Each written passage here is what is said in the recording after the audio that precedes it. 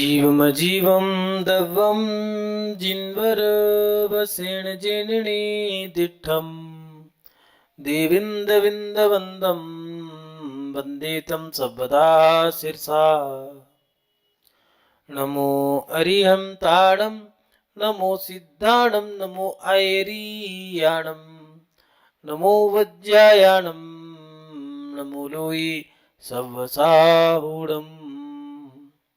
जय बोलिए अंतिम तीर्थंकर युगनायक श्री महावीर भगवान की, परम पूज्य आचार्य भगवान गुरुदेव श्री वसुनंदी जी मुनिराज की, अहिंसा में विश्व धर्म की।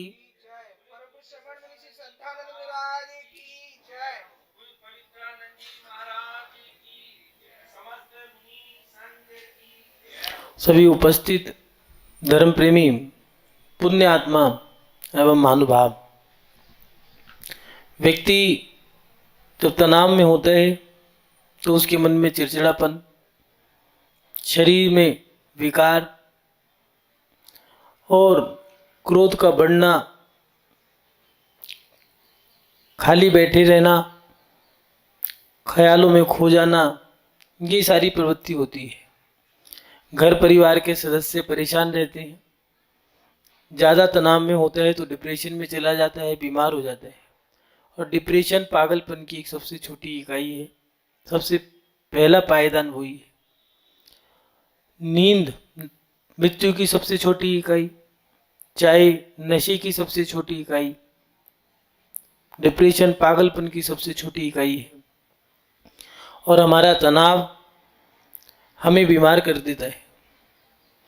फिर तनाव से मुक्त कैसे हो, हम ये सोचते हैं। इस तनाव से बचे कैसे, क्योंकि हालत बहुत खराब हो जाती है। बड़बड़ाने लगना, ख्यालों में खो जाना, लोगों पे गुस्सा करना, चिड़चिड़ापन आ जाना, शरीर का बीमार होना, मन का संतुलन होना, ये सारी चीज़ें उसमें हो जाती है। भावनाओं का मर जाना, धर्म का छूट जाना, अच्छी अच्छी चीज़ें अच्छी नहीं लगती हैं और बुरी चीज़ों का स्वीकार करना, अकेले से डर लगना, भीड़ में रहना, ये सब उनके कारण बन जाते हैं और उस व्यक्ति से सब दुखी होने लगते हैं। फिर तनाव से बचे कैसे, तनाव से बचने के उपाय क्या हैं? पहले तो ये जाने कि तनाव होता कैसे है। जब मन और हमारी परिस्थिति के बीच में असंतुलन बनता है या असामंजस्य बन जाता है, तब हमारे जीवन में तनाव आ जाता है। यही तनाव आने के कारण है मन का अधिक चंचल हो जाना, मन के विकार पैदा हो जाना, जिसे मनोविकार का है। इस कारण हमारा संतुलन बिगड़ जाता है। मन में और आत्मा के परिणामों में एक संतुलन होता है। जब दोनों का संतुलन बिगड़ जाता है, भावनाएं कुछ कहती हैं और मन कुछ कहता है। भावना कह रही है ये गलत है और मन कह रहा है मुझे यही करना है। तब जब दोनों में द्वंद्व होने लगता है, तब जाकर के तनाव होता है। हमारा धर्म, हमारी आत्मा धर्म है, वो धर्मात्मा है। ये जो बुरी क्रियाएं हैं, मांस का सेवन करना, वेश्यावृत्ति करना, पर स्त्री का सेवन करना, नशीले पदार्थों का सेवन करना, जब ये सारी क्रियाएं करते हैं हम, तब हमारे अंतरंग में उथल पुथल होती है। हम जैसे ही कोई गलत काम करने जाते हैं तो वैसे ही हमारे अंतरंग में उथल पुथल होती है और बस अंदर से आवाज आती है नहीं ये नहीं करना है।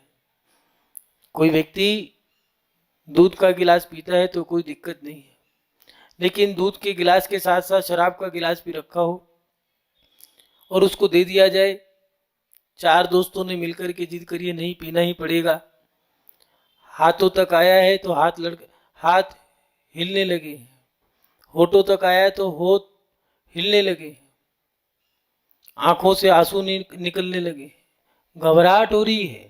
जब कोई लड़की या लड़का गलत काम करता है तो घबराहट होती है, होठ बड़बड़ाने लगते हैं, अंदर दिल घबराने लगता है, मन की गति तेज हो जाती है, आंखें खुल जाती हैं, शरीर स्थिर हो जाता है, स्तंभ बन जाता है, मुंह से बोलना कुछ है, वो बोलने कुछ और लगता है। उस समय अंतरंग में, बाहर में तो द्वंद्व हो ही रहा है, अंतरंग में भी द्वंद्व होता है, एक युद्ध होता है। आत्मा कह रही है क्रिया गलत है और मन कह रहा है नहीं मुझे करना ही है। और जैसे ही वो गलत क्रिया कर देते हैं तो आत्मा रोती है और उसका परिणाम ये है कि व्यक्ति अकेले में रोता है, आंखों से आंसू निकलते हैं, पश्चाताप गिलानी अंतरंग में रहती है और उसका कोई उपाय नहीं है। वही मन, जब मन के विकार आप पूरे कर देते हो, मन के अनुसार चलने लगते हो, तब आपके जीवन में तनाव आ जाता है। तो आज के समय के तनाव आने के कुछ कारण बताएं। तनाव आने का मन का चंचल होना ही ये सबसे पहला कारण है। और जो आज के समय में प्रचलन में जो है वो कुछ कारण ऐसे हैं। मन की बातों को ना कह पाना। हमारे मन में बहुत सारी ऐसी बातें हैं जो हम कहना चाहते हैं लेकिन कह नहीं पाते। कारण घर में कोई व्यक्ति नहीं है, जिससे कहना चाहते हैं उसके पास समय नहीं है, जिनके पास समय है वो सुनना नहीं चाहते हैं। हम चाहते हैं कि हम अपनी मन की बातों को कहें लेकिन मन की बात निकाल नहीं पाते। कोशिश करते हैं थोड़ी इससे कह दे, थोड़ी उससे कह दे, थोड़ी उससे कह दे, लेकिन मन की बात जब तक पूरी बात नहीं निकलेगी और उन बातों को कोई समझ नहीं पाता जब तक, तब तक हमारी मन की बात नहीं निकल पाती। अगर हम थोड़ी थोड़ी बात किसी से कह भी देते हैं, कभी कभार ऐसा होता है मन में थोड़ी बात है और अगर सारी बात एक ही व्यक्ति को बता दें तो वो इसका दुरुपयोग भी कर सकता है, हमें ब्लैकमेल भी कर सकता है, हमें कमेंट कर सकता है, टोंटबाजी कर सकता है, हीन दृष्टि से देख सकता है।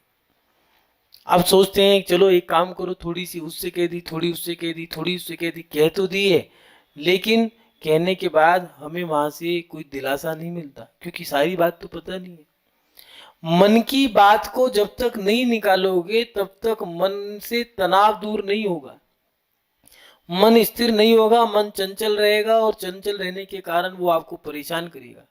इसलिए मन की बातों को निकालो। जब तक मन की बात नहीं निकालोगे आप परेशान रहोगे, धीरे धीरे तनाव में आ जाओगे, संतुलन बिगड़ जाएगा। मन चंचल है उसको स्थिर करो, मन की बात को कहो। नहीं कहोगे तो मन और आत्मा में दोनों में द्वंद्व होगा। आत्मा कुछ कहेगी, मन कहीं और जाएगा और जैसे ही वो भटक जाएगा तो आप परेशान हो जाओगे। पहला है मन की बात को निकालना। दूसरा, इच्छाओं की पूर्ति ना होना। जब व्यक्ति ज्यादा महत्वाकांक्षा पाल लेता है तब वह दुखी होना शुरू हो जाता है। हमारी महत्वाकांक्षाएं जो हैं, हमारी जो इच्छाएं हैं, जब तक हम उन पे कंट्रोल नहीं करेंगे, इच्छाओं पे काबू प्राप्त नहीं करेंगे या इच्छाओं को कंट्रोल नहीं करेंगे, तब तक हम तनाव से बाहर नहीं निकल सकते। आपने मन में सोच लिया है और सामने वाला अच्छे से अच्छा कर रहा है। किसी शादी में गए हो, आपने 500 रुपये दिए हैं लिफाफे में रख करके और सोच लिया है कि हमें 1000 रुपये का सामान मिलेगा।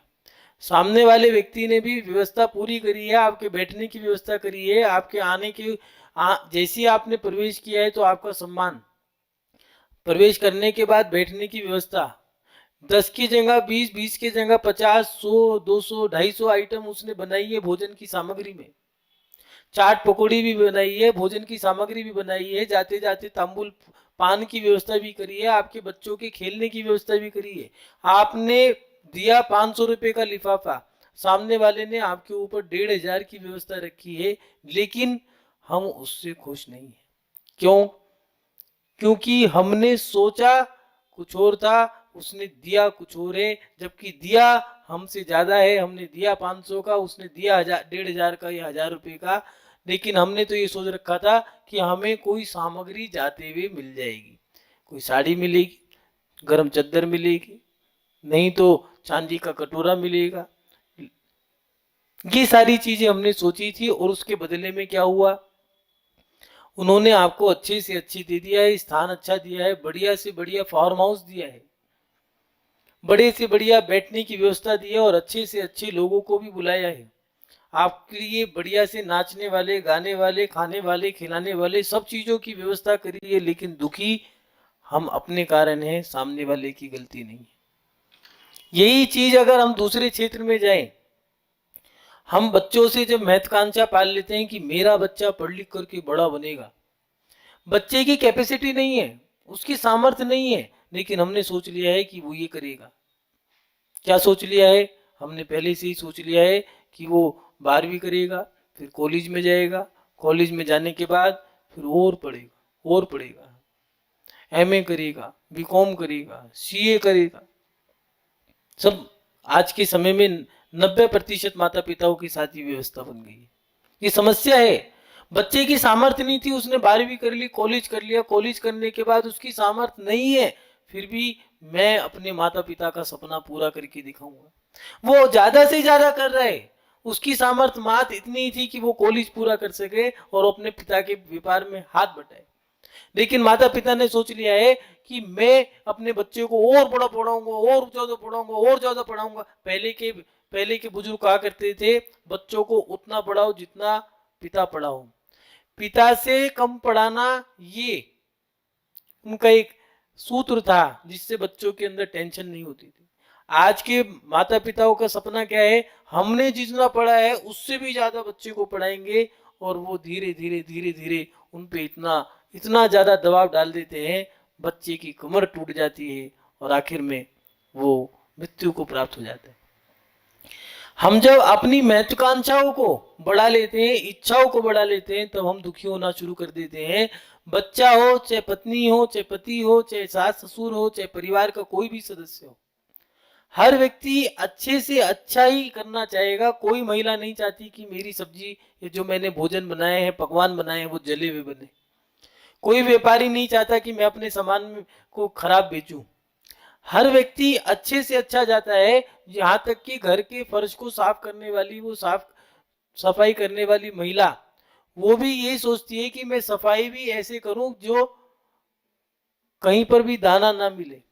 हर व्यक्ति की एक ही सोच रहती है कि हम अच्छे से अच्छा करें, लेकिन सामने वाला व्यक्ति तब परेशान होता है जब उसके मन में महत्वाकांक्षा उससे भी ज्यादा हो जाती है। इसलिए तनाव में आने का दूसरा कारण है हमारी इच्छाएं, महत्वाकांक्षाएं। तीसरा, अपने दोषों को ना बता पाना। जिन्होंने गलती करी है, जिन्होंने अपने जीवन में कोई ऐसा कदम बढ़ा दिया, बाल्यकाल माता पिता की गोद में खेल कूद में गुजर जाता है। किशोर काल जो है वो पढ़ने लिखने में गुजर जाता है।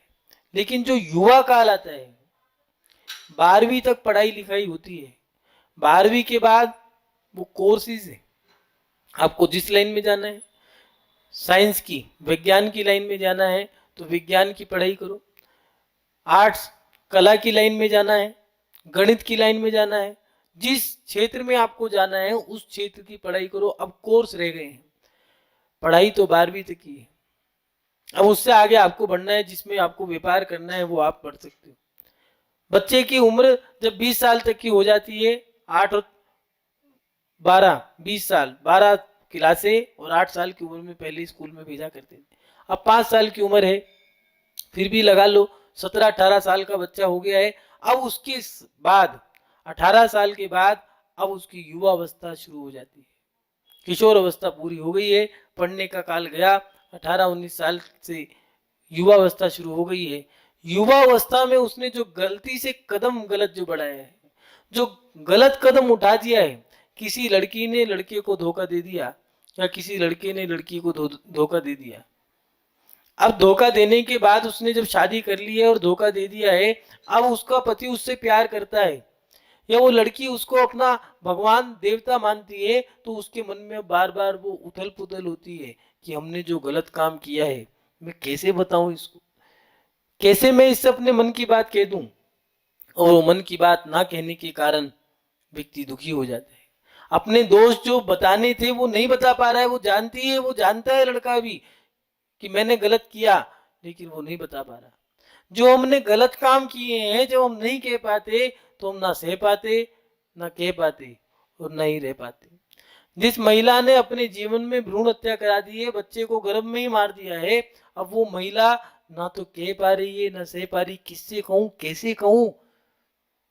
जिसने अपने पति को धोखा दे दिया है, अपने सास ससुर को धोखा दे दिया है, अब मन में जैसी वो बात आती है, मन नहीं लगता, रोने का मन करता है, दिमाग खराब हो जाता है, उतावलापन आता है, क्रोध आना शुरू हो जाता है, चिड़चिड़ापन आता है। लोग पूछते हैं क्यों भाई, गुस्से का कारण क्या है? कुछ नहीं, हमें ऐसे आ गया, तुमने गलती करी। अब अपनी गलती हम दूसरे के ऊपर थोप रहे हैं, और वो कारण क्या बना? वो हमारे को तनाव में लेके आ गया है, हमारा मन चंचल हो गया है, और मन अब भटकने लग गया है, वो स्थिर नहीं है। मन की बातों को कहना सीखो, अपने दोषों को कहना सीखो। आचार्यों ने व्यवस्था बनाई है, आलोचना, निंदा, ग्राह, प्रायश्चित। इनके माध्यम से आप अपने मन की बात निकाल दोगे, दोषों को कह दोगे, तो आप प्रायश्चित लेने के बाद जब दोषों को निंदा आलोचना करके गुरु के सामने में जाकर के प्रायश्चित ले लोगे, तो जब आपने अपने दोषों को कह दिया है, मन हल्का हो जाता है। मन हल्का होना, मन स्थिर हो जाता है, उसी को मन हल्का कहना कहते हैं। जब मन स्थिर हो जाता है तो वह मन हमें भटकने नहीं देता, हमें आनंद आता है, मन के स्थिर होने पे हमें अच्छा लगता है। इसलिए तीसरा पड़ाव दिया है कि अपने दोषों को बताना, और चौथा पड़ाव दिया शक्ति से ज्यादा नहीं करना। जितनी तुम्हारी सामर्थ्य है उतना करो, उससे ज्यादा करोगे तो आपको पछताना पड़ेगा। व्यक्ति अपने ऊपर उतना लोड ले लेता है, उतना काम ले लेता है, ये भी लो, ये भी लो, ये भी लो, भागो भागो, लो लो, जल्दी लो, और लो और लो, और उसके चक्कर में वे परेशान हो जाते हैं, वे दुखी हो जाते हैं। दुखी होने का कारण भी यही है, हम जब अपनी सामर्थ्य से ज्यादा करते हैं तो हम दुखी हो जाते हैं। हमारी उठक बैठक, उठना बैठना, ये सारी क्रिया जो है वो है करोड़पति के साथ, हम है लखपति। अब क्या करें? एक काम करो, हमें अच्छे से अच्छा दिखाना है, इसीलिए अच्छा सा एक मकान खरीदो। मकान किस पे ले? लोन पे ले लो। मकान लोन पे है, दुकान लोन पे है, और अरे उसके पास तो गाड़ी है, हमारे पास नहीं, तो गाड़ी भी लोन पे है। सामने वाला सोच रहा है भैया ये करोड़पति है, अब समाज उससे मांगने गई है, चंदा नहीं देता है, समाज कह रही कंजूस कहीं का, मकान तो इतना बड़े, वो हाथ जोड़ के कह भी रहा है भाई साहब हमारे पास देने को बस इतना ही है। कह रहा झूठ की बोलता है, इतना बड़ा मकान लिया, इतनी बढ़िया गाड़ी है, इतनी बढ़िया दुकान है, और उसे क्या पता कि अंदर ढोल के अंदर पोल छुपी है, अंदर तो कुछ और भरा पड़ा है। सारी चीजें तो लोन पे है, ये सारी चीजें तो दिखाने पे है, दिखाने की, दिखावे की है, हाथी के दांत है, अंदर तो कुछ और है, बाहर कुछ और है। अब वो दुखी है, करें क्या? लेकिन अभी भी शांत नहीं है।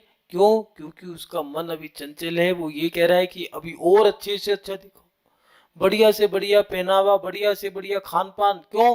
क्योंकि उसकी बराबरी हमें करनी है। कैसे कर लोगे? करोड़पति, तुम लखपति, तुम खकपति, वो लखपति। तुम्हारे पास तुम्हारी सैलरी 40,000 की है, उसकी एक दिन का गल्ला उसका 40,000 का है, तुम कैसे कर लोगे? लेकिन हमें बराबरी जो है वो सामने वाले से करनी है, जबकि हम उस वहां तक पहुंच नहीं सकते। इसीलिए कहा है दोस्ती भी उसी से करो जो तुम्हारी बराबरी का हो, रिश्ता भी उसी से करो समधी जिसकी तुम्हारी समान बुद्धि हो, समान बच्चे हो। ज्यादा पढ़े लिखे बच्चे से शादी कर दोगे तो दुख होगा, लड़की को दुख सहना पड़ेगा। अमीर घर से कर दोगे तो उसको सुनना पड़ेगा, गरीब बाप की बेटी कुछ देखा ही नहीं था। पढ़े लिखे बेटे से कर दोगे तो वो बार बार अनपढ़ कह करके पुकारेगा। इसीलिए हमें अपने जीवन में इन सब चीजों का ध्यान रखना होगा। आज का व्यक्ति परेशान क्यों है? क्योंकि वो मन की बातों को ना कह पाता है, ना सह पाता है, ना रह पाता है। और उसके साथ साथ अकेलापन महसूस करना। जब व्यक्ति अकेला रहना शुरू कर देता है तो वह दुखी होने शुरू हो जाता है। छोटे परिवार, एक परिवार के अंदर पति पत्नी, एक लड़का और एक लड़की है, हम दो, हमारा दो, दोनों को पढ़ाया लिखाया। जब बच्चे हुए थोड़े थोड़े समय खेले, प्ले में डाल दिया, 1.5 साल की उम्र में बच्चों को गोदी में खिलाने का सपना खत्म हो गया। 8 साल की उम्र में बोर्डिंग में डाल दिया, अब 18 साल बाद निकल के आएगा। अब बच्चों को खिलाना, बोलना, चालना सब खत्म हो गया। वहां से लौट करके आए तो लड़की की शादी कर दी, और उसके साथ वो खाना बनाना, उठना बैठना, बोलना चालना। माँ की दूसरी साथी जो होती है, वो साथी है बेटी। बेटी का सुख तो देखा ही नहीं। बचपन में छोटी उम्र में तो प्ले में डाल दिया, वहां से बड़ी हुई, थोड़ी और बड़ी हुई तो बोर्डिंग में डाल दिया। बोर्डिंग से निकल के आई तो फिर अपनी पढ़ाई कोर्स करने लग गई, नौकरी लग गई। नौकरी लगने के साथ साथ अब कोई लड़का मिल गया है, शादी कर दो। जो बेटी का मन की बात कहने का माँ का एक सपना था, मैं अपने मन की बात कहूंगी, वो मेरी मेरी सेवा करेगी, मेरे से पूछेगी, मेरे से कहेगी, मैं उससे कहूंगी, वो मेरे से 2 बार पूछेगी, मैं उसे डांटूंगी, वो मुझे मनाएगी, मैं रूठूंगी, वो मनाएगी, मैं डांटूंगी, मैं उसे मनाऊंगी। ये क्रिया। और पिता भी सोचता कि बेटा, बेटे को खिलाऊंगा, कंधे पे बिठाऊंगा, हाथ पकड़ के, उंगली पकड़ के घुमाऊंगा, उसे खिलाऊंगा, वो रूठेगा, मनाऊंगा, मैं रूठूंगा तो वो मुझे मनाएगा, वो जब मेरी बात नहीं मानेगा तो मैं उसे डांटूंगा, और वो जब रूठ जाएगा तो मैं उसे मनाऊंगा। लेकिन ये जब सपने हमने देख लिए और वो जब पूरे नहीं होते, तब हमें दुख होता है। अकेलापन, हमारा छोटा परिवार, वो छोटा परिवार हमें दुखी कर रहा है। लड़की को बाबूजी ले गए, लड़की की शादी हो गई, लड़की पराई हो गई। लड़के की शादी हुई, लड़का अपनी पत्नी के साथ व्यस्त हो गया है और अपनी गृहस्थी में मस्त हो गया है। अब माता पिता अपने सपनों के ठीकरों को लेकर के रोते रहते हैं। पश्चाताप रह जाता है कि हमने इच्छाएं पूरी नहीं करी। किसी उपवन में, किसी गार्डन में जाकर के जब शाम को बैठते हैं, जब कोई बच्चे खेल रहे होते हैं, मन करता है उनको गोद में उठा लें, उनकी गाल चूम लें, उनसे बोलें, लेकिन वो बच्चा तो हमारा है ही नहीं। डांट दे, कुछ कह दे उनके माता पिता, कहीं ऐसा ना हो उठा के ले गया तो। वो अकेलापन हमें सहन नहीं होता, दीवारें काटने को दौड़ती हैं। मन करता है कि कोई बैठे हमारे साथ, हमसे कोई बोले, लेकिन हमने ऐसे कदम बढ़ाए जो जिसका भुगतान हमें करना पड़ेगा। तनाव में आने का एक कारण और है, वो है अकेलापन। ये 5 कारण दिए हैं तनाव में आने के। मन की बात को ना कहना, दूसरा अकेला रहना, अकेलापन महसूस करना, तीसरा इच्छाओं की पूर्ति ना होना, अपने दोषों को ना बताना, चौथा और पांचवा जो दिया है, शक्ति से ज्यादा काम करना। व्यक्ति आजकल पार्ट टाइम काम करने की जो व्यवस्थाएं चल गई हैं, जितना कमा रहे थे, जब 60 साल में सरकार ने भी तुम्हें रिटायरमेंट दे दिया है, तो अब क्या जरूरत थी कमाने की। आपकी पेंशन आ रही है, आप उस रिटायरमेंट पे अपना जीवन जियो, उस पेंशन पे अपना जीवन जियो। और बच्चों ने भी कह दिया है, पिताजी अब आप एक जगह बैठ करके अपना जीवन जिए, आपको जो जरूरत हो लो ना। लेकिन हमने हमने अपने मन को इतना चंचल कर दिया है कि हम उस कारण दुखी होते जा रहे हैं। इसलिए जरूरत से ज्यादा अपने शरीर से वो काम ना करें जिससे आप तनाव में आए। महानुभाव, तनाव के दुष्परिणाम भी है। मन अशांत रहता है। जब आप ज्यादा लोड ले लोगे तो मन अशांत रहेगा, और उसके साथ साथ भावनाएं अस्थिर हो जाती हैं, मन चंचल हो जाता है, और उसके साथ साथ शरीर अस्वस्थ होता है। इसलिए तनाव से बचो। बचने के उपाय क्या है? पहला है, मन की बातों को निकालो, जितनी निकाल सकते हो निकालो। माँ की माँ से, पिता की पिता से, भाई की भाई से, बहन की बहन से, जिसकी बात जिससे उससे कहो ना। लेकिन आदमी करता क्या है, बात तो है इनकी, कहेगा दूसरे से। बात रामलाल ने बोली है, श्यामलाल से कहनी है, लेकिन जाके कहना है घनश्याम से। अरे जिसकी बात है उससे जाके कहो, क्यों उससे आप ये जब ये गलत काम करते हो तो उसका भुगतान भी आपको करना पड़ेगा। मन की बात वहां जाके निकालो जिसके सामने कह सकते हो। अपने मित्र से कहो, अपनी माता से कहो, पिता से कहो, भाई से कहो, बहन से कहो। अरे किसी से नहीं कह सकते, कागज पे लिख करके फाड़ कर दो, क्या दिक्कत है। पहले के लोग अपने पास एक डायरी रखते थे, उसमें अपनी सारी बातें लिखा करते थे। अगर वो भी ना कर सको तो मंदिर में जो पाषाण के भगवान है वहां जाके कह दो। अगर वो भी ना कर सको तो किसी पत्थर से जाके कह दो। और उतना भी ना कर सको, अपने गुरु के पास जाके कह दो, लेकिन मन की बात निकालो। जितना मन की बात निकालोगे उतना तनाव से मुक्त हो। दूसरा, बड़े परिवार आज तनाव में रहने का एक कारण ये भी है, छोटे परिवार होने के कारण व्यक्ति तनाव में है। कहें किससे, पहले बड़े बड़े परिवार हुआ करते थे, 8-8 10-10 बच्चे हुआ करते थे, तो उन बच्चों में एक विशेषता थी, उन बड़े परिवारों के कारण उनका मन लग जाया करता था। छोटी भाभी, हंसने वाली भाभी, रोने वाली भाभी, खेलने वाली भाभी, खिलाने वाली भाभी, चलो उन भाभी के पास बैठेंगे, उन भैया के पास जाके अपनी बात कह देंगे। रोने का मन कर रहा है तो वहां चले जाओ, हंसने का मन कर रहा है वहां चले जाओ।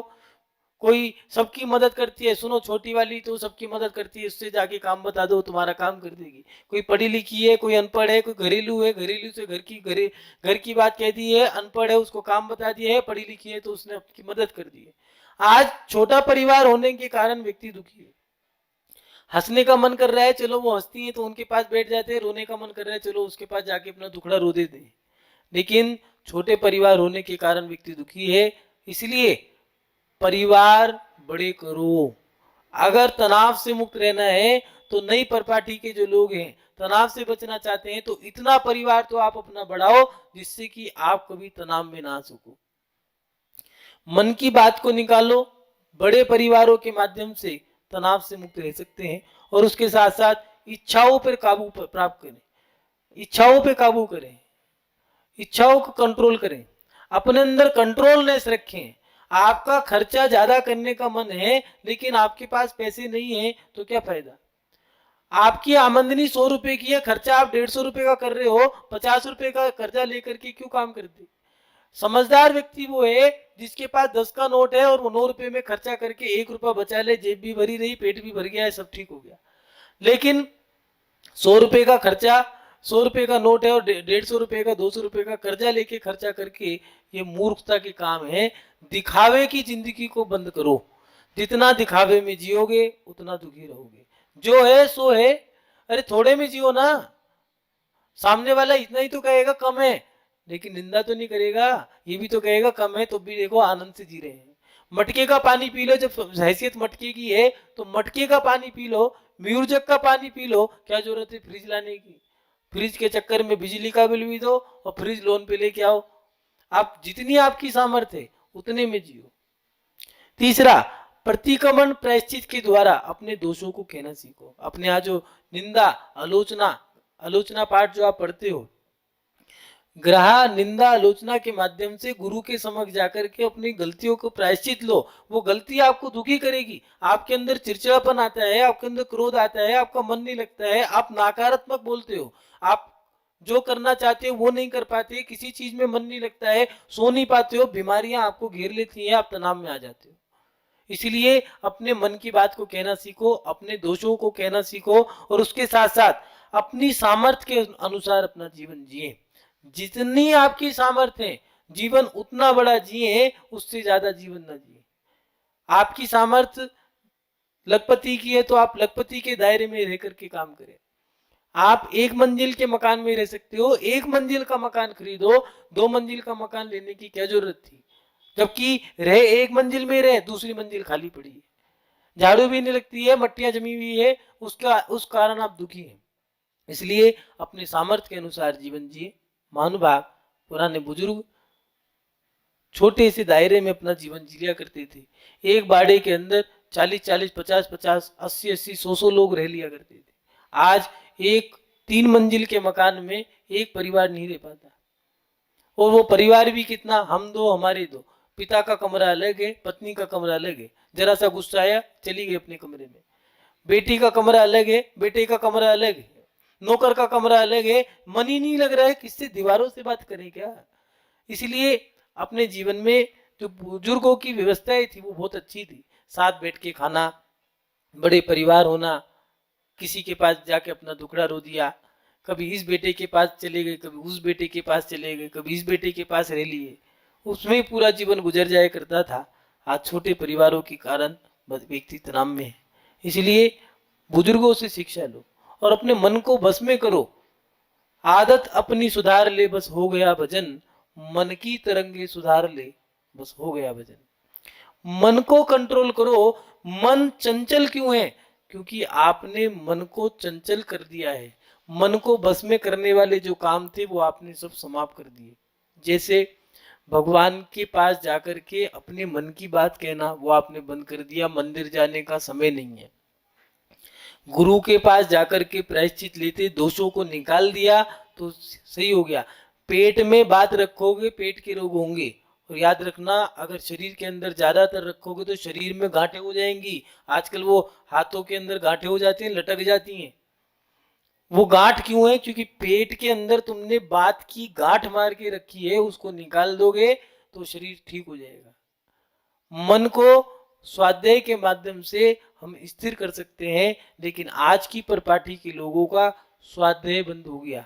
चाहे वो किसी भी धर्म के लोग हो, उन्होंने चाहे कुरान हो, चाहे पुराण हो, चाहे ग्रंथ हो, सबने बंद कर दिए। मन चंचल हो गया है, और चंचल होने के कारण व्यक्ति अस्वस्थ है। इसलिए अपने जीवन में मन को बस में करें। मन को बस में जब आप कर लोगे, आप तनाव से मुक्त हो जाओगे। महानुभाव, मन को बस में करने के उपाय यही है, अपने मन की बातों को निकालें। जिनवाणी के माध्यम से आप अपने मन को बस में कर सकते हैं। स्वाध्याय, गुरु शिक्षा, गुरु की शिक्षा को ग्रहण करें, जिनवाणी का अध्ययन करें। जिनवाणी में महापुरुषों का वर्णन किया है, उन महापुरुषों के वर्णन से हमें शिक्षा मिलती है, और उस शिक्षा के माध्यम से हमें ताकत मिलती है, ऊर्जा मिलती है। देखो सीता ने कितना सहन किया, अंजना सती हनुमान की माँ कितना सहन किया, चंदन बाला को देखो कितना सहन किया। उन लोगों से हमें शिक्षा मिलती है कि देखो हमारे पूर्वजों ने, हमारे महापुरुषों ने कितना सहन किया है, हम भी थोड़ा सहन करेंगे। और एक कारावास में पूरा जीवन गुजार दिया। वो श्री कृष्ण की माँ यशोदा, देवकी, दोनों का उदाहरण आता है। एक ने कारावास में जीवन गुजार दिया, और एक ने दूसरे की संतान को पालने के लिए अपना पूरा जीवन समर्पित कर दिया। ऐसे उदाहरणों से हमें शक्ति मिलती है। पति ने लात मारी, 22 साल बाद देखा, और पति ने लात मार दी कि देख सामने आ गई कलमुही करके, अपशगुन कर दिया, और हंस रही है अंजना, पवन जय की पत्नी, हनुमान की माँ, क्या कह रही है कि कोई बात नहीं, आज 22 साल बाद लाती तो मारी है, लेकिन छुआ तो सही। इन चीजों से हमें शक्ति मिलती है। जरा सी पति ने कुछ बात कह दी तो पत्नी को गुस्सा आ गया, चलो कोर्ट में लेंगे हम तलाक। लेकिन जरा सा डिवोर्स लेते के साथ ही आपको ये पता नहीं, थोड़ा सा सहन कर लेते, थोड़ा तुम झुक जाते, थोड़ा वो झुक जाता, दोनों में संतुलन बना रहता, तो दोनों पति पत्नी कहलाते। आज ना तो वो पति है ना ही पत्नी है। याद रखना, पैर की 2 जूती होती है, अगर एक जूती खो गई तो दोनों की वैल्यू गई, कीमत किसी की भी नहीं है। इसलिए पत्नी से पति की, पति से पत्नी की, दोनों से एक दूसरे की कीमत है, दोनों से एक दूसरे की वैल्यू है। अगर पत्नी गई तो पति की भी वैल्यू गई, और पति गया तो पत्नी की वैल्यू गई। दोनों की कोई कदर नहीं है, ऐड रहती है, अकड़ है, मेरा भी घर है, मेरा भी ससुराल, मेरा मायका, मेरा भाई, मेरी माँ। कोई बात नहीं, अभी तुम तलाक लेके चले जाओ, घर छोड़ करके चले जाओ, तो 1 साल 2 साल बाद नजारे नजर आ जाते हैं। ना तुम्हारा भाई, ना तुम्हारी भाभी, माँ भी कहती है आ गई खाने के लिए, काम की ना धाम की, ढाई मन नाम की। ये सुनने को मिलता है। रोटियां तोड़ रही है, घर के अंदर आके बैठ के, क्या करे वो भी देख रहे, जल्दी से कोई मिले, भाग यहाँ से, भगाओ, दूसरी करो, तीसरी करो, चौथी करो, करो भगाओ। इसलिए अपने जीवन में जो हमारे महापुरुष हैं उनका अध्ययन करो। स्वाध्याय के माध्यम से मन स्थिर रहता है।